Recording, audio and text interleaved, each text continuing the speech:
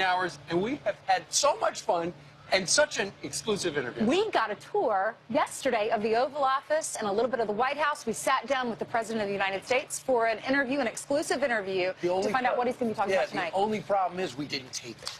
So we're going to go have best we can remember. We didn't Brian, people don't tape things anyway these days. It's all digital. Anyway, we had a very wide-ranging interview with the President of the United States. We're going to play about half of it right now and half of it at the bottom of the hour. So, next stop, East Room of the White House. Time, 3 o'clock yesterday afternoon. Mr. President, thank you very much for the invitation. Thank you. And by the way, thank you very much for the shout-out you gave at your press conference about 10 days ago. That's true, I did. You have treated me very fairly, and I appreciate it. Did you take much heat for that from the other networks? No, not really. I think they know it's true. You know, they know what's fair or not, but you have treated me very fairly, and I've been a friend of your show for a long time. Remember those call-ins, right? For years. Maybe without those call-ins, somebody else is sitting here. Let's talk about your speech. You're addressing Congress tonight. You have talked about spending $54 billion in additional money for our military. Senator John McCain has said that is not enough. What's your reaction? Well, we're going to spend a lot more money on military. We really have to. We have no choice. And a lot of people think it's a tremendous amount of money. It could be actually $30 million, $30 billion more than that. We're going to upgrade our military very substantially. Remember this, I also am going to get involved in negotiating. We have many planes and boats and ships and everything that we are spending too much money individually on. We're going to get involved in negotiating. We're going to be able to get, I think, a lot more product for our buck. And I'm going to be very, very serious about it. We saved $700 million plus on a F-35 after I got involved. And I have to tell you, Lockheed was terrific. But we saved a lot of money on airplanes, and that number is going to increase very substantially as we keep going. We will be having the greatest military that we ever had by the time I finish. Mr. President, you'll have the biggest, if tradition means anything, and I know everything's a little bit different these days, right. You'll have the biggest audience for a State of the Union-like address this year, bigger than any other year. Having said that, how do you plan on capturing that opportunity for yourself and for your administration? You know, Brian, all I can do is speak from the heart and say what I want to do. We have a really terrific, I believe, health care plan coming out. We have to understand Obamacare has been a disaster. It's way out of control, doesn't work. We're coming out with a health care plan that I think will be terrific. It'll be very inclusive, and I think it's going to do really what people are wanting it to do. But I'll be talking about that. I'll be talking about the military. I'll be talking about the border. And remember this, on the border and throughout our country, we're getting the bad ones out, the bad people, gang members, drug lords, in some cases murderers. Has that not been communicated? Do you think that has not been communicated effectively? I don't think so. No, I don't think it's been. Maybe it's my fault. But, you know, when they show people being taken out, these are people that are, we're looking at the bad ones. And I said that from day one. I said from the day I'm president, we're getting rid of the bad ones. And a lot of people understand it. I can tell you the communities where we're removing people that are really trouble and really frightening to a lot of the people that live there, those communities are very, very happy. Sure. Mr. President, you're going to spend $54 billion at least more on the military, and the people who in our audience like that, love this, and you've said you're going to do that all along. You're going to make big spending cuts at the EPA and State Department. Where's the money come from? Well, because it doesn't seem, if you cut all the money from EPA and all the money from state, that's about $50 billion. Well, I think the money's going to come from a revved up economy. I mean, you look at the kind of numbers we're doing, we were probably GDP of a little more than 1%. And if I can get that up to 3 or maybe more, we have a whole different ballgame. It's a whole different ballgame. And that's what we're looking to do. But to get the economy going, you got to get the Affordable Care Act replaced and repealed, and you got to do something about taxes. And how close are we to either of those? Right. We're going to be doing things having to do with other countries because we're treated very, very unfairly. When we help them, even militarily, we're going to ask for a form of reimbursement, which right now, I mean, we have countries where we're taking care of their military. We're not being reimbursed, and they're wealthy countries. We have a lot of things happening, but we're going to get the numbers way up, and we're going to get jobs back in our country. You see what I've done. Ford has announced, General Motors, Fiat has announced. They're all building big plants. They're all coming back into the United States. They were fleeing. They were fleeing our country. And you mentioned EPA. we have right now, I call it the veins of the country. We have right now hundreds and hundreds of massive deals that are tied up with environmental protection.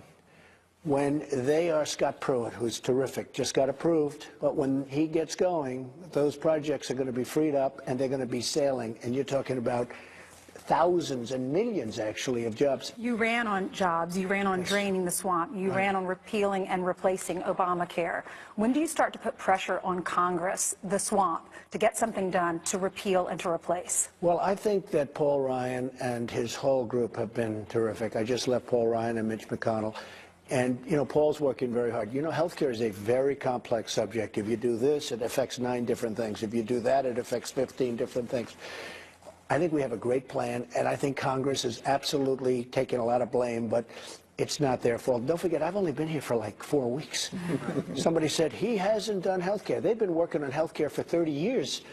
I've only been here for, what is this, my 5th week?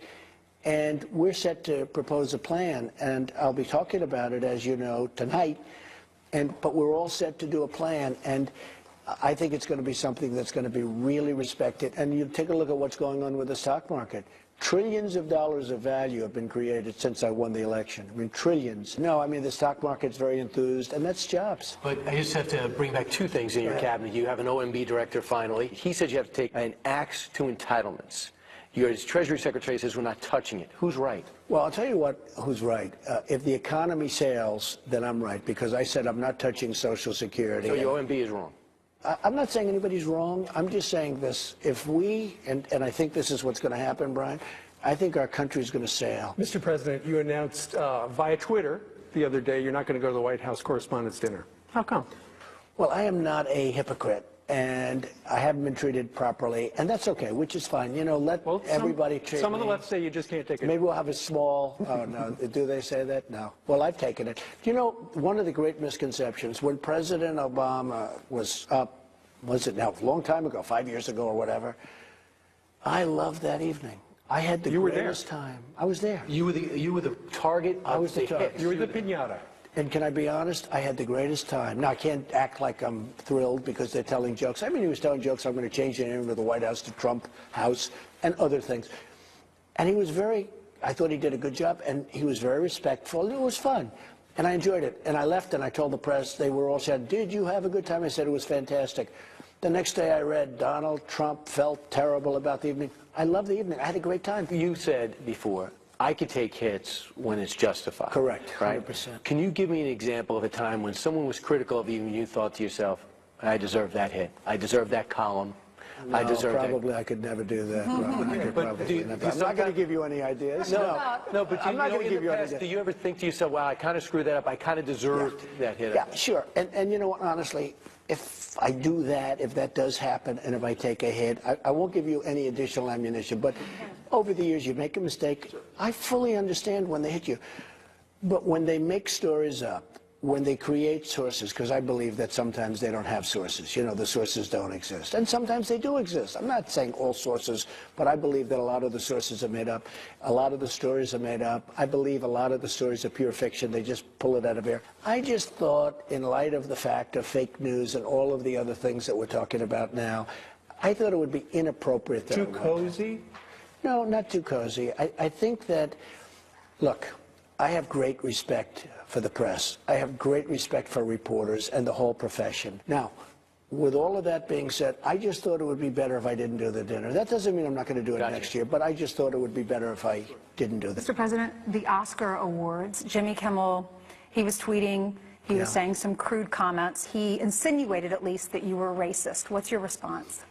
Well, look, you know, it just seems the other side, whenever they are losing badly, they always pull out the race card. And I've watched it for years. I've watched it against Ronald Reagan. I've watched it against so many other people. And they always like pulling out the race card. The fact is, I did pretty well, much better than past people in the Republican Party in the recent election, having to do with Hispanics, having to do with African Americans. Did pretty well, or I wouldn't be sitting here. I mean, if I didn't get numbers that were at least as good or better, I wouldn't be sitting here. You don't take it personal? I can't, because I consider it a very serious violation when they say it, and I have to write it off as being purely politics. Big story here in Washington, D.C., that Sean Spicer asked his communications team, okay, come on in, everybody. Put your phone right over there. We have a leaker here. We're going to have the White House lawyer look at your phones. How intent are you on finding who the leaker or leakers are in your administration? Not just your communications team, but over the State Department, maybe the intel community, everywhere. Well, first of all, Sean Spicer is a fine human being. He's a fine person.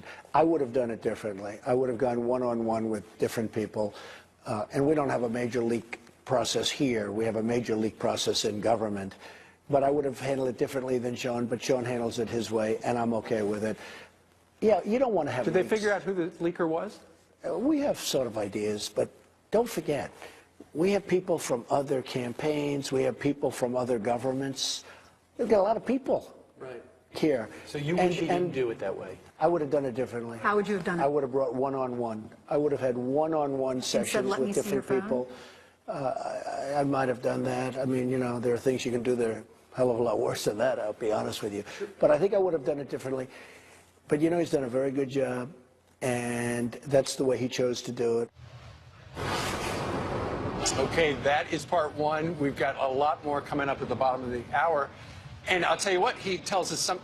I thought if we asked him to grade himself thus far, it was all going to be A+. Right. That's what I thought. He has a really surprising answer. He didn't give himself an A in one category. We're not going to tell you what it is, because you could stick around and watch. We'll show that part of the interview coming up, but that was a little surprising. We all were a little taken aback by that. Right. Meanwhile, 12 minutes after the hour, much more show to come. That's right. We have more of that exclusive interview with the president. We're going to show you what happens right there when we go behind the scenes at the White House. That's right. Oh, look at that. The Resolute desk in the Oval Office. Meanwhile, somebody who will be in the room tonight when the president makes his joint session of Congress address is Congress.